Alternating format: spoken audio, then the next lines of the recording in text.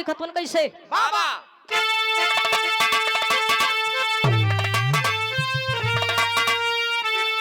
तो पैदा कोई नहीं,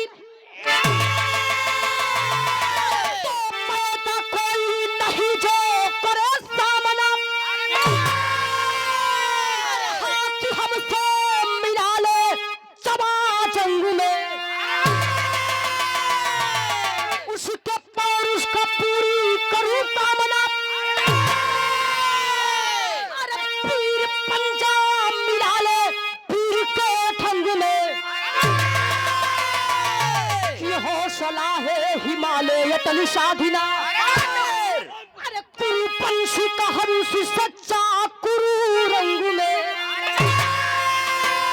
कहे गुरु महेंद्र समाबादिना। खोला है साये उमंग में।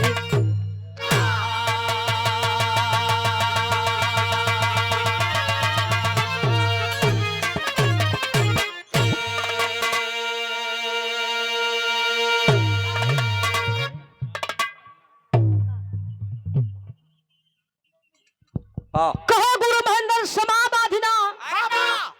खून खवला है ऐसा ये उमंग में। अरे बाबा एक लाइन मास्टर हाँ कवि जी विराग के अंदर बड़ा सुंदर कव्वाली लिखा तो लय बना क्या बात मुन्ना।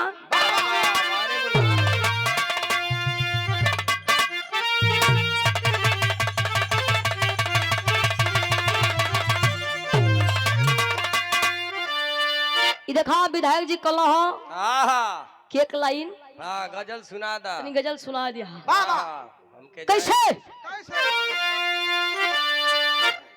देखा पहले के जमाना से अब के जमाना से बड़ा अंतर हो गया। बाबा ऊ का देखा पहले विराह होके तो जेंट्स जेंट्स में विराह होके, बाबा अब लेकिन अब जमाना चेंज हो गया। एक कोरी लेडी एक कोरी जेंट्स एक कोरी लेडीज लेडीज। हाँ देखा जब रामदेव गुरु जी बुल्लू गुरु जी का विराह होके भैया बाबा तो ओ समय बुल्लू गुरु जी खड़ा होके तो कैसे गावे। कैसे अरे तो एक बात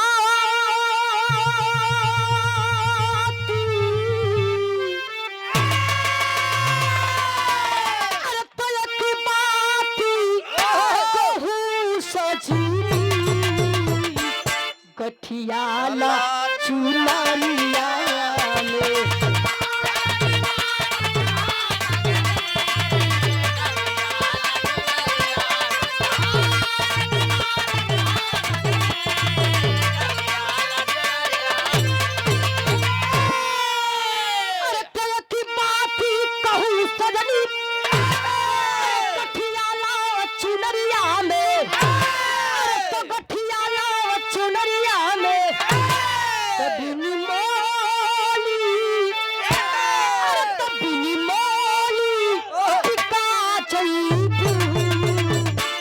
माया के पचरिया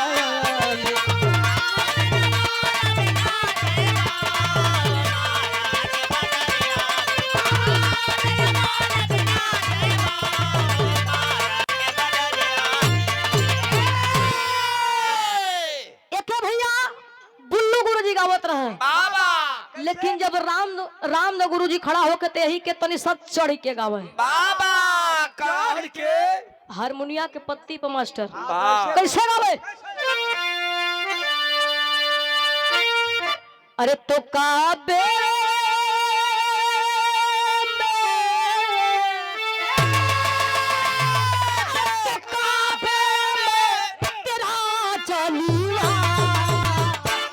काशी में नजारा है।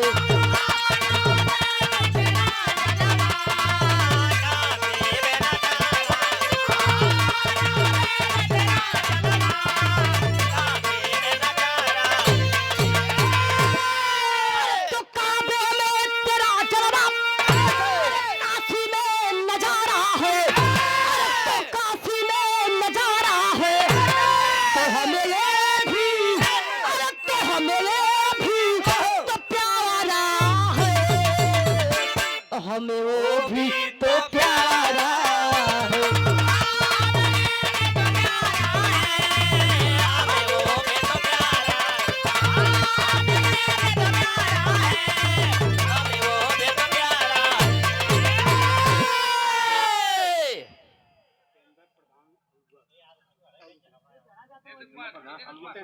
अलुआ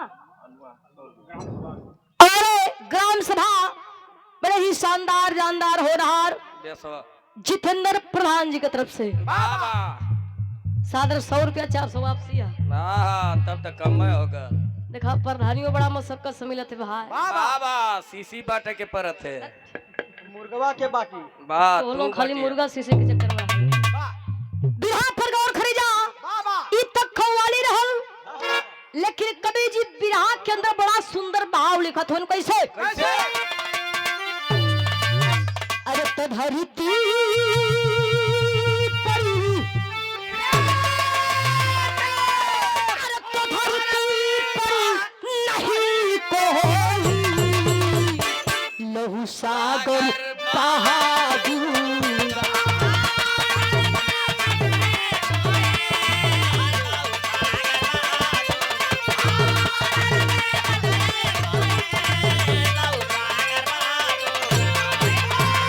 तो धरती पर नहीं कोई सागरी बहा दूंगा सागरी बहा दूंगा आए जो अरे तो आए जो तुम्हारी कोई मारो से जला दूंगा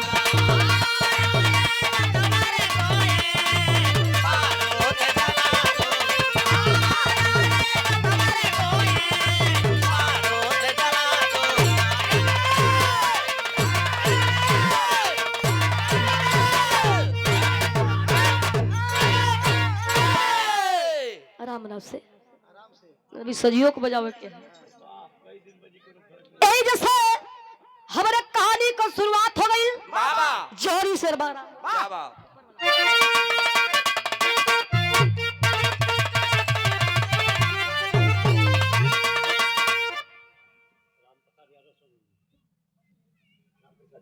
और बड़े ही सम्मान के साथ ये फ्लाइन पर गौर करिए कैसे कैसे हाय खून ये कोई ऐसा जो आपस में टकराता परानी भले गज भैंसा बारिश में मर जाता तो जब टकराए बहुत ही मनाए बहुत खुशी बनाए मन को समझाए जवानी भरा हो जाई नहीं पुरुष की छाती टुकड़ गया होगा सकुन की छाती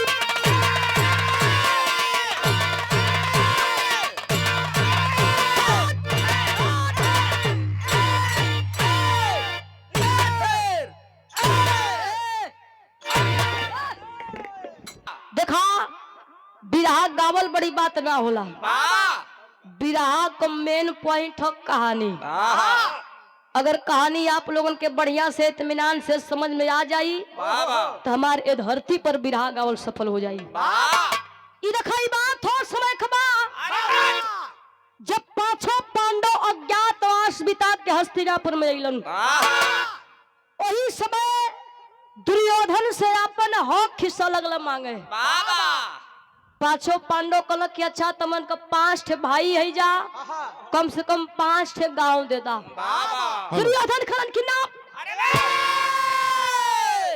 तोरा के सुई के लोग के बराबर जमीन ना दे भाई 5 हेलो। गांव तो हमारे बीच में मुखिया जी समझावत हो मनावत हो लेकिन दुर्योधन माने खातिर तैयार ना होत हो युद्ध का तैयारी होखे लगल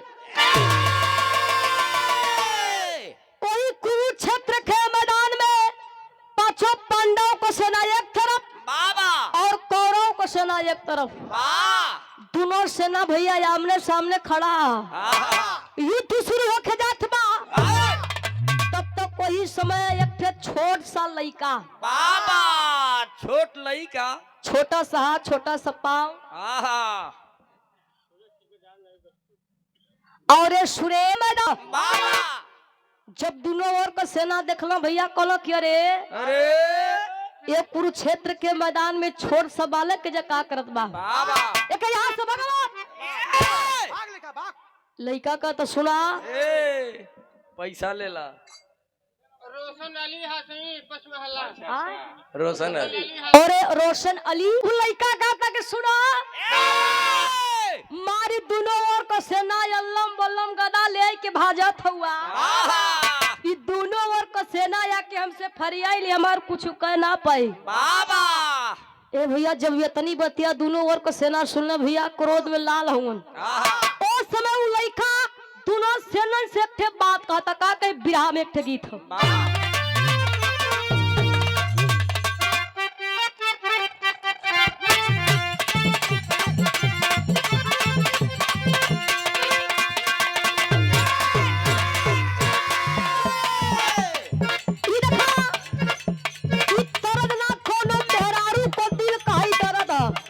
पहले माल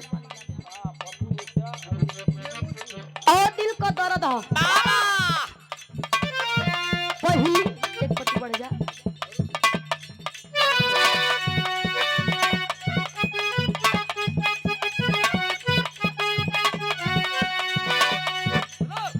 पहली रात पायल चुरला दूसरी रात काली हो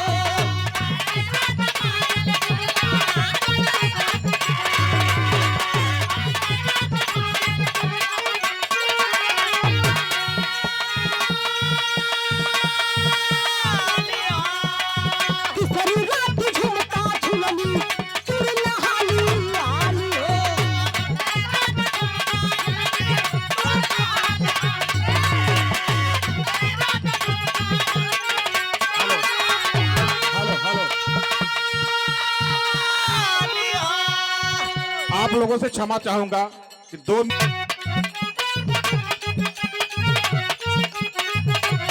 पहली रात पायल चुरला दूसरी रात काली हो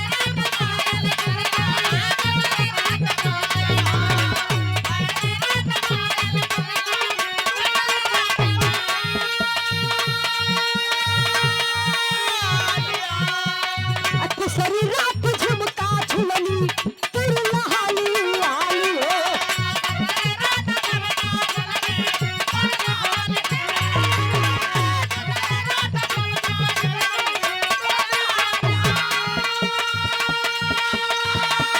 नैहर अपना दे बयो रहनवा राजा जी नैहर अपना दे बयो रहनवा राजा जी राजा मारे में चुरला मारे में रहनवा राजा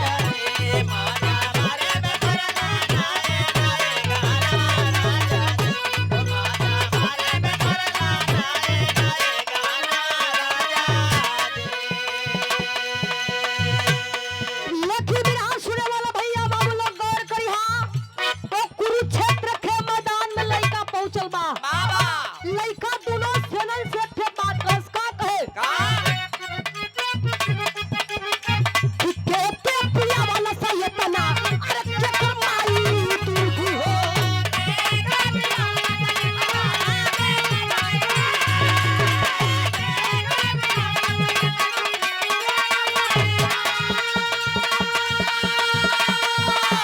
अरे के पायल तो जन मन जेठी अरे पाई हम के यूठी हो के पायल तो जन मन जेठी पाई हम के पायल तो जन मन जेठी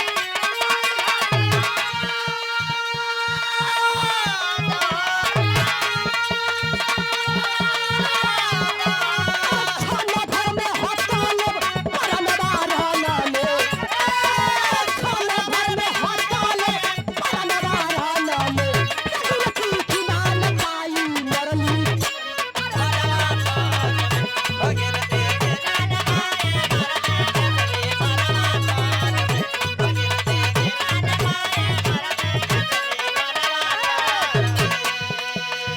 ओ समय उ लइका कहता कि माथे कठे बार छोड़ाई आयक बाप से पूरे महाभारत के खत्म कर दे सब यतनी बथिया उ दोनों ओर का सेना सुनत तुरंत भइल का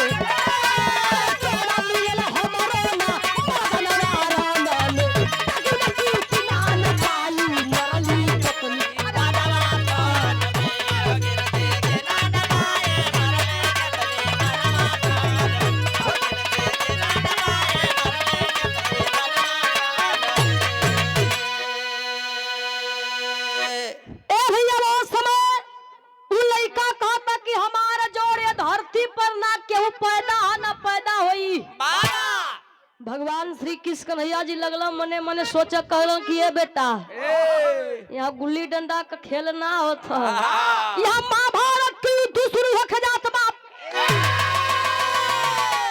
लइका कलश कौनो युद्ध दूसरी होके उसे हमसे का लेव देव क्या बाबा भगवान श्री कृष्ण कन्हैया जी समझ गिला कि लइका बड़ा जिद्दी हम मानी उनी हो ना बाबा ई देखही में छोट लगत ह लेकिन एकर बात बड़ा बढ़हन बढ़हन लगत ह। बाबा का काम कइला क्यों लइका के तनी सब बगल में लेके गइला, बाबा साइड में ले गिलो, बगलिया में एक पीपर का पेड़ रहल भैया। वाह भगवान श्री कृष्ण कन्हैया जी कहला कि अच्छा तुम मानत है कि तू वीर हुआ, पहलवान हुआ, बुद्धिमानी हुआ, बाबा लेकिन हम ऐसे न मानब। भैया भैया भैया आराम से तोरा से परीक्षा ले, अगर वो परीक्षा में पास हो गईला तो समझ जाए कि तू असली पेवर वीर हुआ। लइका कलश की तुहार इच्छा हमार परीक्षा जल्दी ला। बाबा भगवान श्री कृष्ण कन्हैया जी कहला कि पीपर के पेड़ में जितनी पतई लगल ह बाबा माथे के बार से पूरा पतई के छेदे के होई। लइका कथ बस आहा इतना बस इतना। भगवान श्री कृष्ण कन्हैया जी कहला कि क्या वही बस समझ में आवत है। बाबा ओ समय वो लइका तरकस में से बाहर निकाल के जब वही मंत्र के पढ़े चालू करे जात ह, आहा तब तक भगवान श्री कृष्ण कन्हैया जी ओ पिपरा का पतैया एक ठे तोड़ के अपने पैरवा के तरवा दबाई लेलन। बाबा लइका बार चलावे के चला देलस, जितनी पतई रहा भैया माथे के बार से पूरा पतई के छेदा छेदा छेदा छेदा छेदा छेद देला का कर देला छेद देला छेद देला। जितनी पतई रहा माँ भैया थोड़ा है साउंड बॉक्स में आवाज खोला हल्का सा, हाँ हारन का आवाज सुनात हुआ ऐसा खोल दा। हेलो हेलो हेलो राइडा ए भैया वो समय जितनी पतई रहा माथे के बार से पूरा पतैया के छेद के उ बड़वा भगवान श्री कृष्ण कन्हैया जी के पैरवा के ऊपर लगल ना छे। बाबा भगवान श्री कृष्ण कन्हैया जी कहलो कुल तो ठीक हो लेकिन हाई तुहार बड़वा हमारे पैरवा के ऊपर का करत ह। बाबा लइका कहला सुना ए इतना हम लड़बक ना है, आहा कुल तो ठीक हो लेकिन हऊ तोरे पैरवा के तरवा एक ठे पीपरवा का पतैया ह। बाबा उ पैरवा हटैबा तो पतैया के छेदी, अगर ना हटैबा तो तोरे पैरवा के छेद के पतैया के छेदी। ए भैया भगवान श्री कृष्ण कन्हैया जी मां डर के मारी ऐसे हो गइला। बाबा पीछे हट गिलो कहला कौनो ठिकाना सरवा गोड़वा छेद। आहा बहुत जिद्दी है साला बस बस एकदम बिरहा एकदम वाह। खड़ा रही भैया, हाँ हम खड़ा कर देव दम बिरहा ऐसन गाय हट गइला कहला कौनो ठिकाना सरवा गोड़वा छेद दे। भगवान श्री कृष्ण कन्हैया जी बूझ गइला कि लइका बड़ा जिद्दी ह। आहा मानी ना ओ समय अपन लगला दिमाग का प्रयोग करे। बाबा कहला कि अच्छा ई बतावा तू जब कयाइल हुआ ए भैया भैया भैया भैया भैया आराम से भैया। ओ समय भगवान श्री कृष्ण कन्हैया जी कहला कि अच्छा तू जब कयाइल हुआ खाली लड़ाइये के बात करत हुआ, अब ही तार परिचय ना भइल कि तू के हुआ कहां का हुआ तोर माई या बाबू का नाम का बाबा तनी अपन परिचय बताई दा। आहा। लइका परिचय बताओ तो कहे का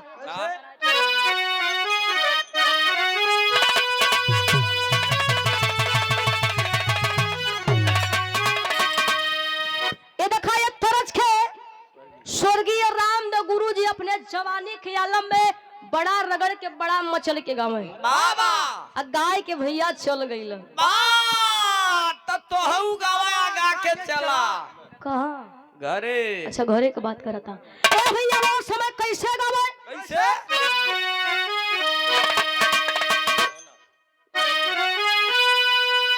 अरे तो गवा न करा पिया घरे बैठैले,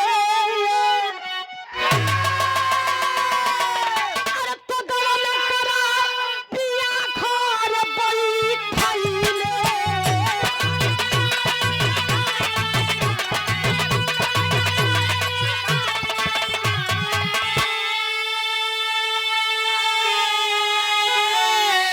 अरे तो गवा न करा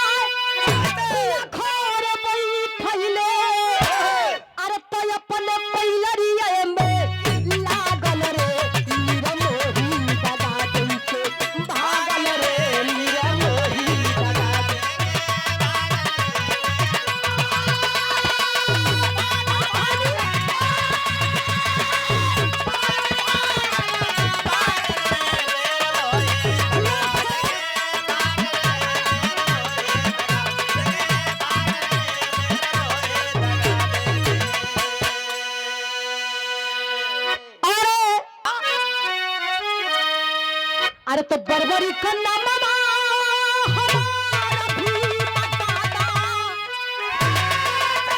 अरे तो बरबरी का नाम हमारा भी बताता।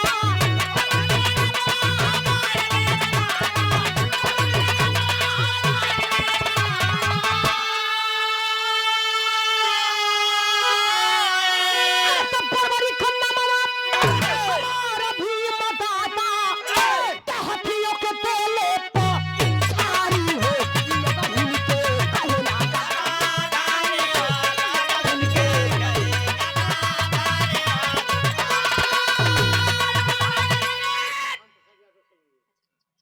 और ले पलनावा कम कंठी का हम पियली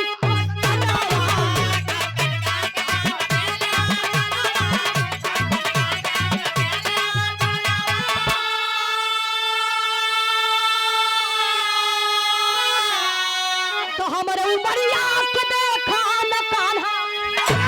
तो हमारे उमरिया के देखा न कान्हा। तो हमसे भगी है थारा के धनी सारी हो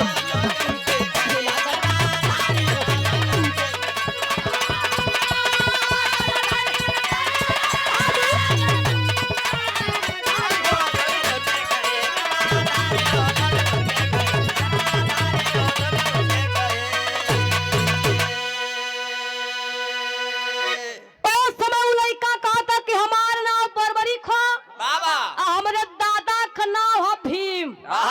हम भीम को नाती है बाबा और हमारे बाबू को नाम है घटोत्कच। हमारे माई का नाम है कंटिका। भगवान श्री कृष्ण कन्हैया जी कहलो कि अच्छा ही बतावा कि कुरुक्षेत्र के मैदान में आई रहला जरूर, बाबा लेकिन केकरे ओर से लड़ल चाहत रहला। बरबरी कहला हमार माई त कले रली बेटा जेखरे ओर का सेना कमजोर पड़ी ओखरे ओर से जाके तू लड़िया। तो ये कन्हैया जेखरे ओर का सेना कमजोर पड़ी ओखरे ओर से जाए के हम लड़ब। बाबा भगवान श्री कृष्ण कन्हैया जी लगलन मने मने सोचे कहे लगलन की त लड़ाई धर्म आ अधर्म कबा। हम तो धर्म के जिताई लेकिन अधर्म की ओर को लोग हारे लगियन तो ओखरे ओर से जाके लड़े लगियन। धर्म का हार हो जाई और अधर्म का जीत हो जाई। बाबा इतनी बतिया भगवान श्री कृष्ण कन्हैया जी मनवा में भैया सोचत हुआ। तब तक बरबरी के फिर सवाल कह देलन। बाबा कहलन कि अच्छा ही बतावा प्रभु के कुरुक्षेत्र के मैदान में दोनों ओर का सेना जुटल हो। तो हम सही बतावा क्यों मैं विजय के कर होई।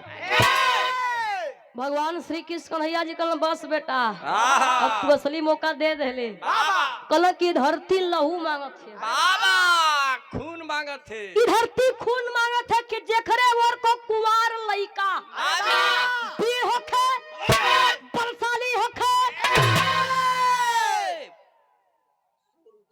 लइका वीर होखे बलशाली होखे बुद्धिमानी होखे। बहुत बहुत दिल से धन्यवाद। वैसे भगवान श्री कृष्ण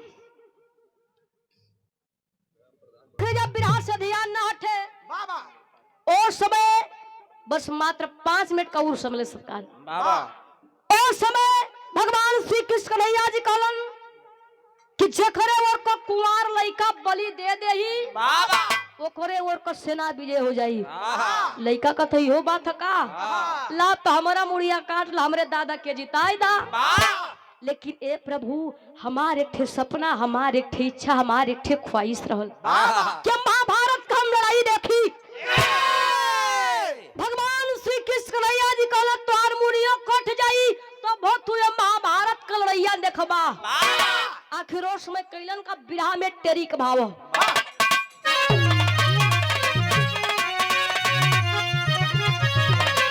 हल्का से बढ़ला। अरे तुम मेरा तलवा केहू ना रोकी बनवा। भैया मेरा तलवा केहू ना रोकी बनवा।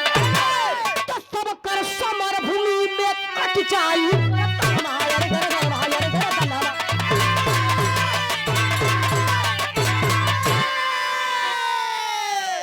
सबकर समर भूमि में कट जाई गर्दनवा मर्दनवा केहू ना रोकी बनवा। भगवान श्री कृष्ण कन्हैया जी अब बरबरी कमड़िया काट के बाबू वो कट बैठल की मुड़िया के नीलगिरी पर्वत पर रख देलन। कहलन कि तू यही जैसे ये महाभारत का लड़ाई देखबा। मुड़िया रखे बाबू भगवान श्री कृष्ण कन्हैया जी कुरुक्षेत्र के मैदान में जब अइलन तो ओ समय का नजारा का है मास्टर, विरह का आखिरी तरज हो।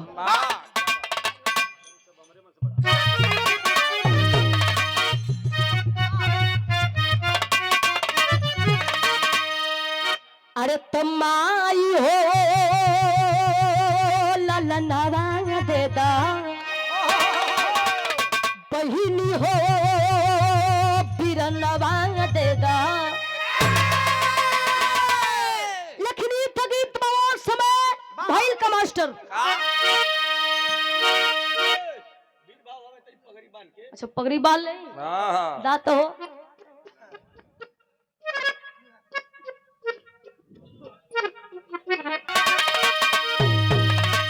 अरे तब्बा चल बाबा जनवा चंकी,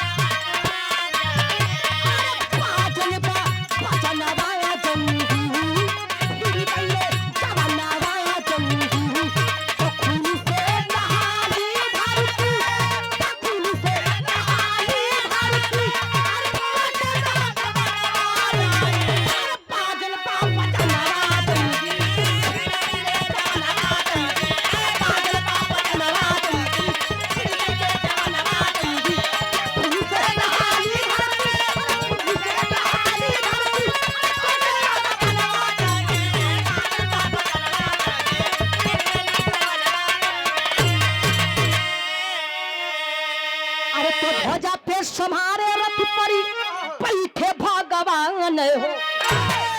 सर से कटाला सर से फटल लातान हो।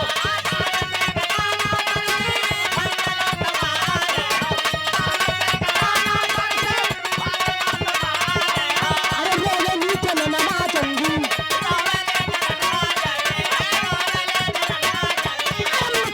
खंड नमाजंगी।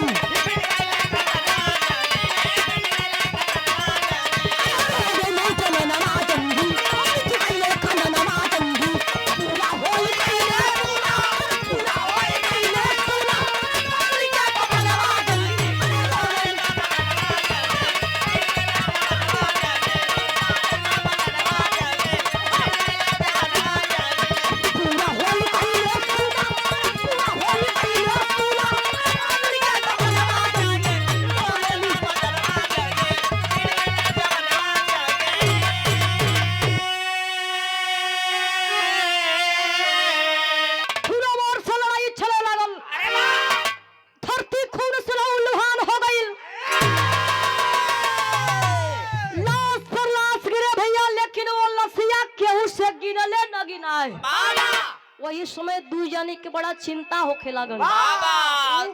उड़हला के विरह में पापट का भाव।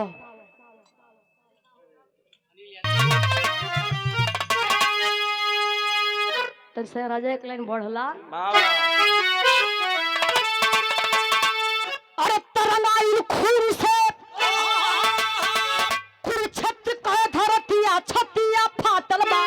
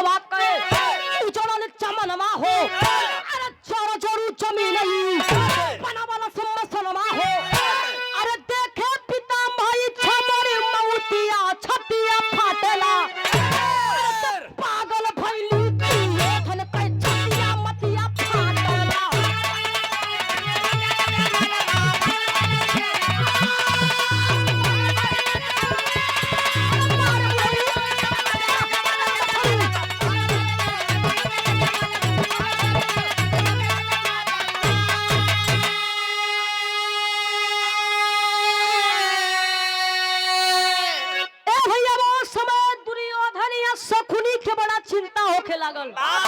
शकुनी जौन उनकर मम्मा रहला, जन पासा खेलावत रहा। शकुनी के बड़ा चिंता होखे लागल।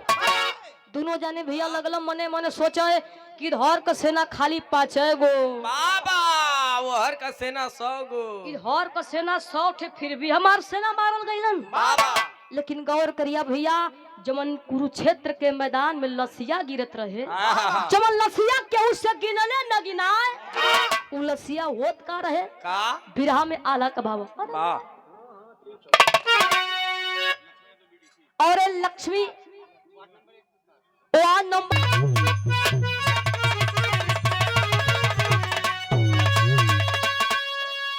अरे वाह क्या बात। अरे ततरी पला हिमालय देखी के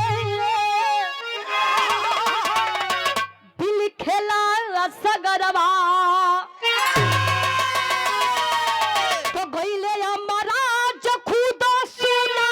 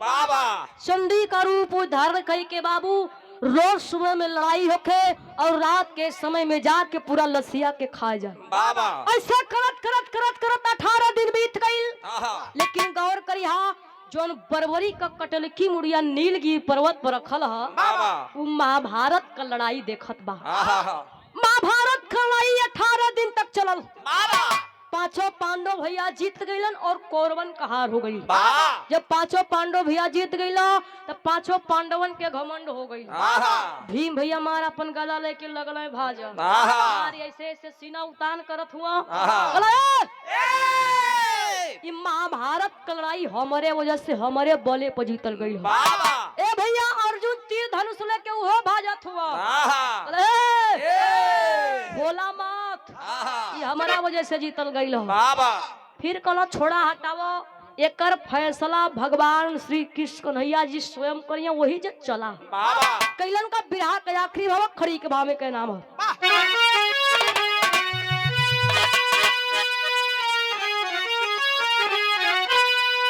देखा पहले पंधारी ददाई के गावत रहे, बाबा हमारे गुरुजी बताए रहे तब हम जाने रहे। बाबा कैसे गावत रहे मास्टर? अरे तया बना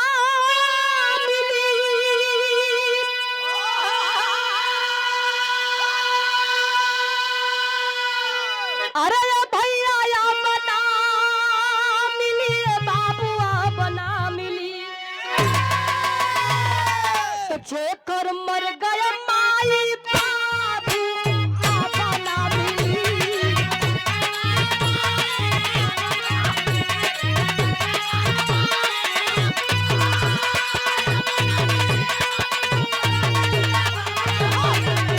जेकर मर गया माई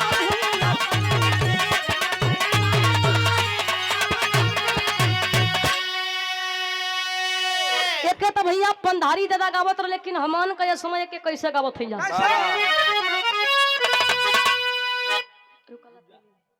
वाह माल ले ले होता क्या बात अब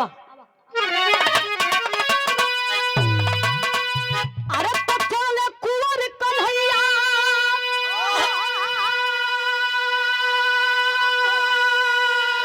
सन में पांडव बिरावा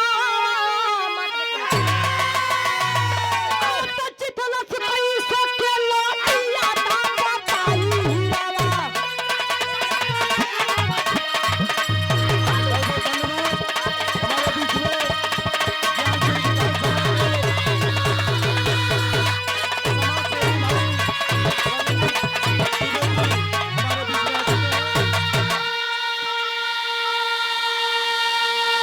अरे तो मुड़िया बोलन झूठो करे लागू मान हो अरे तो सब ही के रानावा में मरले भगवान हो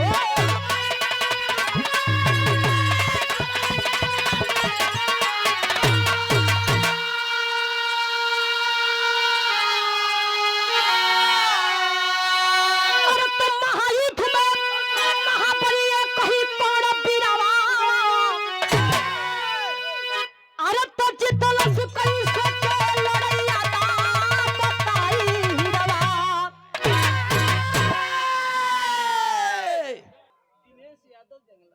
ई मेरी निछोड़बा ओ समय पांचों पांडव भगवान श्री कृष्ण कन्हैया जी ओ बरबरी के पास गईलन बाबा भगवान श्री कृष्ण कन्हैया जी ओ बरबरी कमड़िया अपने हथेली यानी अपने हाथे पर रख ले हुआ बाबा इधर भीम के अंदर लगा लड्डू फूटे भैया बाबा मार मने मने मुस्कियात हो कथू हमारा नाती है हमारा वाली करी हमारा वाली करी ए भैया भीम जाके कथो के बरबरी अच्छा ये बताओ कि महाभारत लड़ाई के करे वो जैसे जीतल गई हो बाबा वो भीम कटल की मुड़िया कुछ बरबरी का कटल की मुड़िया कुछ बोलत ना है बाबा भगवान श्री कृष्ण कन्हैया जी कला बरबरी तुम्ही को फैसला करना है क्या सही और क्या गलत है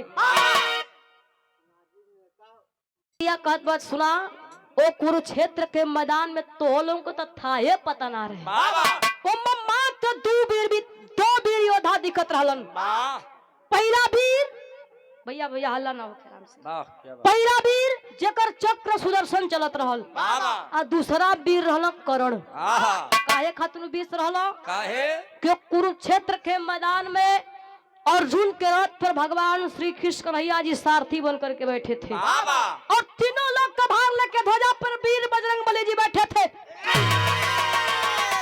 जब अर्जुन बाण चलाओ भैया तो कर्ण का रथिया 3 हाथ पीछे जाए बाबा और जब कर्ण बाण चलाओ भैया तो अर्जुन का रथिया 1 हाथ पीछे जाए तो भगवान श्री कृष्ण कन्हैया जी कहलो जियो कर्ण जियो शाबाश शेर शाबाश बस अर्जुन भैया कहलो प्रभु हुआ हमरे रथ पर सबासी उनकर करत हुआ वाह कहलो सुना पैसा ले ला पीछे से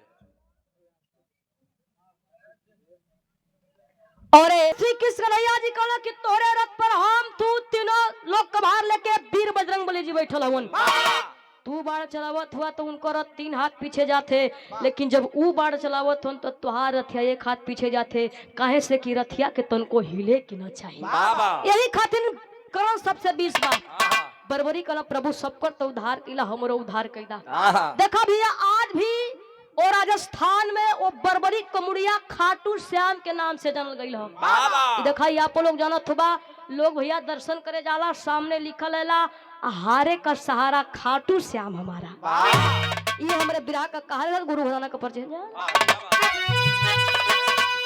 अरे तो जय जखाड़ है गुरु चट्टू लवटन की लहरे फुलवारी